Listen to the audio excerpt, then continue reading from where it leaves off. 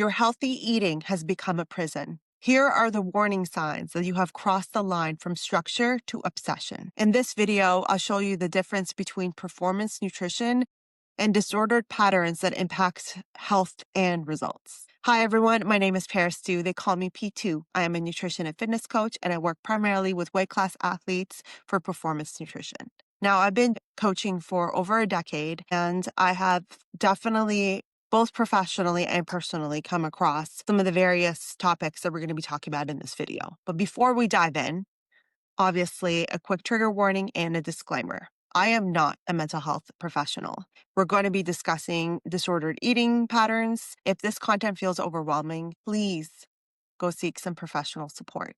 I'm going to do my best to keep this educational and grounded, but of course, we're all human beings. And on that note, there's absolutely no guilt or shame here. As you've noticed, in my corner of the internet, we are human first, athlete second. Now, moving on.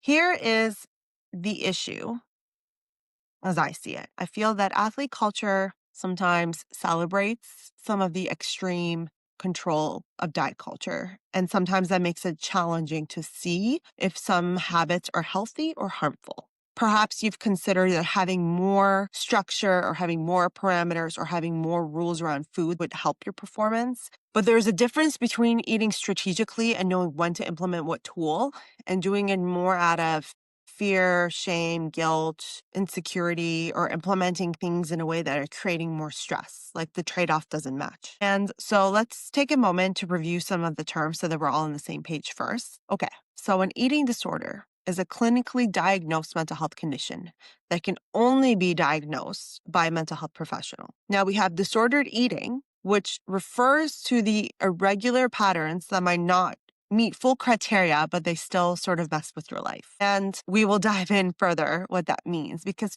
certain tools can be a positive for one person or quite harmful for another person. And we'll talk more about that later in this video. Now, where does the obsession part come in? We have a term called orthorexia, which is not technically a mental health condition, but orthorexia is a term that describes obsessing over eating only healthy foods. And it's not technically in the diagnostic manual, but it is something real. And I have personally experienced it and seen it with some clients and peers. So what I'm going to be doing now is going through some of the warning signs. Then we're going to talk about how it impacts performance. And as always, we're going to come back together with some actual solutions and what we can do about it. All right, let's start with warning sign number 1. Food controls your schedule, not the other way around. Of course, when we're creating structure, you're trying to have a routine with eating. Maybe you're trying to implement meal planning or food you prep from home, and we're going to have breakfast at this time. We're going to have lunch at this time. Understandable. And these are all of the things that we want to implement when we're trying to create a healthy routine and relationship with food. Where it becomes a problem is when it is so rigid that there is absolutely no leeway for zero logic. When you're like, I must eat at 9. What if it's 9:15, for example? Or if it goes to some other extreme where you can't even be spontaneous anymore. Like you can't pick up a snack, or it doesn't even have to be dessert based that you're going out for pie or ice cream. It could just be, hey, I'm just going out for lunch. I'm going to grab a salad here instead. It starts to be where every meal has to be planned, prepped to specific timing. And perhaps this is true when there's something very specific happening. And I'll use myself as an example. Like I had a Muay Thai fight 3 weeks ago. And so for fight week, everything was quite regimented on purpose, as I've been through that process several times. And I wanted to control what I could control, given what I was working towards. But that was a short time frame, very intentional. This wasn't months of my life. When food starts to control your schedule, it starts to also sort of influence all of the other choices you make, where the anxiety about how you can't control what's happening in your food environment is pretty high. And that creates more stress. It really does. And the constant stress isn't just this acute stress as we experience as humans. It compounds. A stress bucket gets bigger, and perhaps it pushes our body beyond what stress it can handle. Warning sign number 2. You have forbidden foods that create guilt or shame. I have absolutely shame ate in the dark at 2 o'clock in the morning because how dare I? Because I can't show anyone that I'm having this. Like, what would they think? But in all seriousness, it's when you start to make some food completely off limits and then you feel terrible about it if you eat it. And again, to clarify, I am not talking about the context of if you're allergic to something. Let's say that you're severely allergic to peanuts. You will have an anaphylactic reaction that could quite literally end you in the hospital. Understandably so, there's a little bit of food fear because you have an allergy. But if there is food fear associated with, again, something that's not logical, that comes from this rigid structure, that dichotomous thinking, if it's forbidden, then you are breaking severe rules and they're off limit. You know, when they say you put something on a pedestal, sort of. You're adding more importance to it that it should have over your life. And because it is forbidden, like the forbidden fruit, you may really want it. Whereas if we had unlimited permission to eat it, whatever, that scarcity wears off. The novelty wears off. It's not as exciting. You're like, yeah, it's right there. I don't really want it. So when you have that forbidden food, you might get stuck in this cycle of restricting really rigidly. And then on the complete opposite, you cave, you overeat it, and then you restrict again. Right? There's a pattern here. And the more you do that, the more you fixate on this is something I shouldn't have, which makes you want it more. Isn't that ironic? Okay. Warning sign number 3, you're tracking everything obsessively. You're tracking your calories, your macros, the timing, the ingredients. Every single bite is judged and analyzed. And the data, it becomes less about understanding what the data is and to give you information for your upcoming choices, but more about the data itself, where it's like, I can't miss a day. I have to track all this. It has to be perfect. It has to be on point. And it's like tracking that data itself may create some anxiety. And it's like, if you are having a day that's not perfect, then you have failed. And you're essentially spending so much of your mental energy on food decisions that you can't necessarily focus on other things, like perhaps your training or performance or conversations, relationships. Like there's such food noise and food fear, and you're just fixated. The other stuff just falls onto the back burner. Like they're not important. And that may not be true. It's just what the obsession does. It kind of takes over, hijacks your mind space, even for things that perhaps you find really important. That's why it's a warning sign.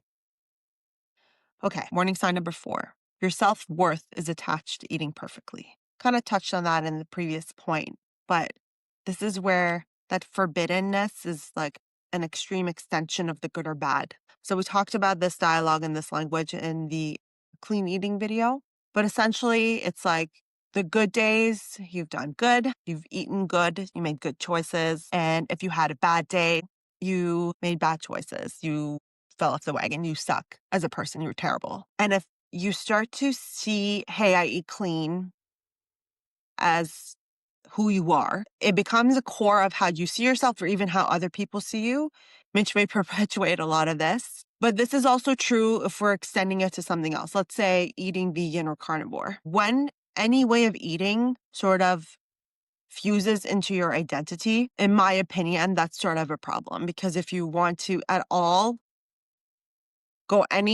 make any choices that differ out of that, you have put yourself in a box that may not necessarily be serving you and may actually be creating more stress and obsession. And that can just be harder for you to perform, for you to recover, for you to adapt. Like it's just having, again, a trade-off that's not really necessarily worth it. Warning sign number 5. You avoid social situations because of food. Now, I just briefly mentioned about other people perhaps perpetuating the good or bad or like your identity. And this may be unintentional from their end. Perhaps they are, it could be the most simple passing comment. But if you are in a headspace where there's a lot of food noise and food fear and you're thinking about all of this a lot, the simplest comment can really derail you. It might be where you're avoiding things with family, with friends, with teammates. You're really anxious about it. because what are you going to eat? How is it going to look? Do you have control over the situation? And maybe you do, bring your own food. But again, it's really that behavior in itself isn't what I'm talking about being obsessive or bad. Sure. Again, if you have allergies or you just really don't like something, or you do have a personal health or fitness goal with a specific time frame. But if it's like all of the time where you've got no chill and you don't want to eat around other people, or you always want to control what you're eating, you start to perhaps isolate yourself a little bit more. So you just start saying no to all social events all of the time, not even for a particular time frame because you have a specific goal that you're focusing on, but you end up isolating yourself, which really impacts mood. It can just make it actually harder to heal and recover because you're in your own bubble, and you may need, very likely, your circle. You need your support system to rely on so that you could go get the help that you need. So let's recap the 5 warning signs. Food controls your schedule, not the other way around. You have forbidden foods that create guilt or shame. You are tracking everything obsessively. Your self-worth is tied to eating perfectly, and you avoid social situations because of food. There is a difference between structure and obsession. I made some examples throughout the past few minutes, but just to get a little bit more specific. So we have healthy structure, where we have flexible guidelines that actually help serve our performance goals, and they have some built-in adaptability. We need some structure. We need some targets. Great. Hey, I'm going to aim to have breakfast, lunch, and dinner. I'm training often. I'm aiming for having a pre-workout and a post-workout around this time to fuel my training session. Great. I don't feel really comfortable having a big meal at 11 p.m. It impacts my sleep. So I'm going to make sure I've had my dinner about like 7 p.m. And then there's some structure, and that's completely understandable if you are, at peace with it and you're able to do other things in your life. Now, where it becomes this obsessive restriction, it's where the rigid rules create stress, guilt, anxiety, shame, and social isolation. And the key differentiation between structure and obsession is healthy eating feels empowering and obsessive eating feels controlling. When we have made peace with that distinction, some of the various tools I mentioned are actually applicable in certain situations. Like sometimes you say no to a dinner. Sometimes you do bring your own meal. Sometimes you are choosing not to have a nutrient light, hyperpalatable dessert dish if you are working towards something. But there is intention, there's implementation, there's a time frame, there's focus. How can all of this impact performance? Okay. I've mentioned several times the constant stress about food, and the constant stress can, compound, of course, in your body, and that impacts how we recover, how we perform, how we adapt. There's only so much stress your body can handle until something gives. We're resilient and we want to operate. We always want to kind of push the envelope and push our capacity. But when you are trying to also perform, that is already what you're doing. You're pushing your body in training, you're pushing your mind. Perhaps you're putting yourself through something. If you're an athlete for a specific goal, like a triathlon or a fight, or you're a PhD student, or like you're demanding something of yourself, which is totally understandable. But how long can you go before you hit that burnout?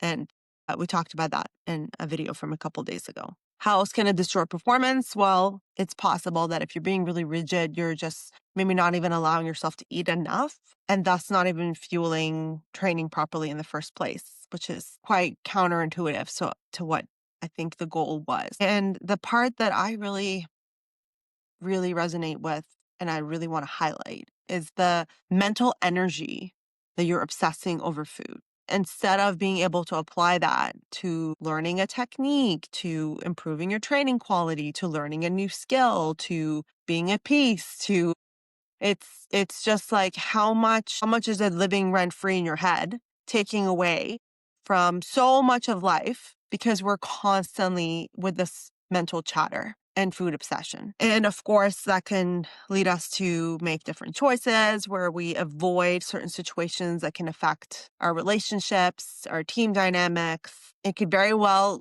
unfortunately, impact participation in sport itself. How is your relationship with your sport or with training? also. Okay, that was a lot. Let's take a second and breathe before we dive into what we can do about it. What can we do?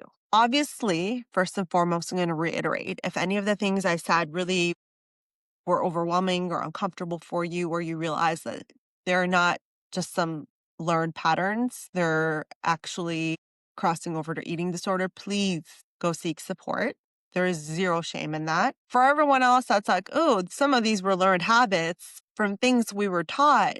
For example, I'm a millennial and I grew up, with a lot of magazines and like the MTV era. And so a lot of the language that we were just told as a collective, a lot of this was very much all of the warning signs that I just spoke about. When you say healthy eating, it is physical, mental, emotional, social, environmental, all of the above. And in my opinion, if you are just choosing healthy foods and you could have the most fresh farm to table ingredients, but if you are stressed and obsessed about them in a negative way, how is that healthy eating? Okay. With that being said, what can we do is let's start to see food as multidimensional, but also an emphasis on the fuel part. I know usually I say the opposite where I get really frustrated when people are just referring to food as fuel. I'm like, no, but we all need food. As human beings, we need sustenance. Food itself is converted into energy that we require for our bodies to function and for us to live our lives, whatever we're choosing to do. And so it's not something to judge ourselves over. And in my world, it's a tool for a lot of my clients when they're comfortable recognizing how to use macro tracking calories differently. Their relationship with it has changed. And so they start to implement it differently where you can just eat the foods that you want within reason, within your macros, and have that moderation that we seek. Okay. Now, if we're not tracking, what do we do? Let's say the 80-20, as you might have heard. So the 80-20 rule, where 80% of the time you're eating for your performance goal. So you are actively picking whole foods that are nutrient dense, are fresh and local as possible. Sure. But then 20% of the time, you are enjoying yourself, you are indulging, you're going out for your ice cream with your friends, and you're not thinking about it. You're just like, ice cream, great, move on. And then on purpose, also putting yourself in certain things that maybe you can't control. So practice, they're small. Be in an environment with people you trust where you can't necessarily control everything. So you can practice some of that. It does get easier when you start to navigate, perhaps it's setting boundaries, that maybe it's communicating more and just relying on your support network. And then ultimately, just remember you're a human being that is choosing to eat strategically for your health and fitness goals. And food choices don't define us as people. What we're trying to do ultimately is to fuel our performance, be as healthy as we can, be joyous and happy, and play and do sports. And if you are an elite athlete, of course, like there is, an added layer of professionalism where this might also be your job. But even then, it's woven into the fact that you're a human being with emotions and stress and learned behaviors that perhaps were passed down to you from your parents and other social circles. So what we're trying to do is really just unlearn certain things that aren't helping us and then to relearn them and recognize where we can implement these tools. I want to reiterate one more time before closing. Everything is a tool and it depends on the context, it depends on the person. It can maybe, if you were to track your calories, it's making it obsessive and then you're having the opposite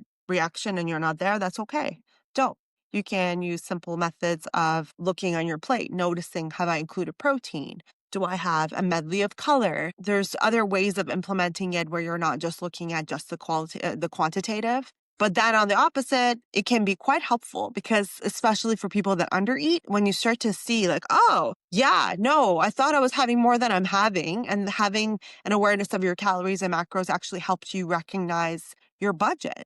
We live in a world that everything costs money. You pay rent, mortgage, food, gas, things, unless you're a billionaire where you don't think about it. The rest of us have some form of budget that we're like, okay, if I'm using my debit card or my credit card, I have an awareness of how much money I have coming in and what's going out. This is basically what calories is, like what's coming in, what's going out, and not to get too obsessed over it because even that there is a margin of error. We can't track necessarily our output, especially with a lot of these trackers, like your Fitbits and Whoops aren't going to track everything. But if we're understanding of what's coming in or out, and we're seeing it more as tools, like that's fantastic. It could be very liberating for some people. And when you start to recognize it, for example, if you're a little bit weight obsessed and you're noticing that, hey, I can switch 200 calories of a bad food for a good food, or vice versa, and then realizing that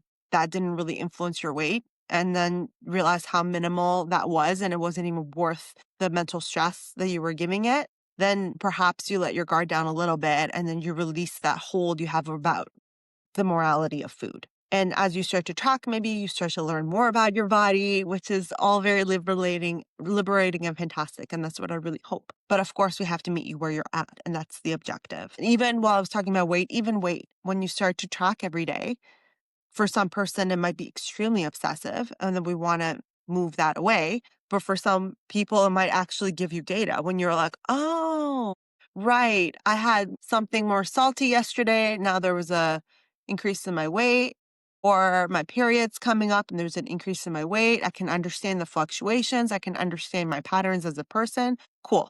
We basically take the power back over that number that we might see on the scale. Or and vice versa, as athletes, like I mentioned that I work with weight class athletes. This is data that we need to know, because what we don't want for athletes in weight class sports is to go from one extreme to the other. We're trying to prevent the yo-yoing. We want it to be sustainable. We don't want them to make weight and then go to the opposite extreme where they've done a lot of like overeating from rigidity and just mindless eating or binge eating. And we're trying to keep the weight in a way that's managed well for their sport. And recognizing that, hey, like weighing itself on a scale or tracking calories or macros themselves are not inherently bad habits. They're just habits. And depending on the context, it could be helpful or harmful. And that is where we figure that out based on the person, their background, their context, and what they're working towards, right? If any of this hits close to home, please let me know. And also check out the links in the description box on how to work with me. I work with clients one-on-one, as well as in the Level Up cohort, which is all about nutrition and mindset, and going through all of these with my support as well as the support of our peers that have also been there. Honestly, there's far more of us that have experienced this that haven't. And if you are still watching this and you're like, I thought it was just me, I would like to tell you straight to your face that you have permission and that you are worthy and you are more than your food choices. In closing, food should fuel your performance and fit into your life, not control every aspect of it. You can either stay stuck in something really rigid that can limit both performance and happiness, or you can learn more flexible approaches that not only help you get to your goals, but keep them in a way that can be so much more liberating and freeing. And one more time, if you feel like you really resonated with more than one of these warning signs, please seek some professional support. Okay, which warning sign resonated with you the most? If you are comfortable, please share in the comments below, and please subscribe and share this with your peers that you feel may need to hear this message. Thank you so much, everyone. Catch you next time.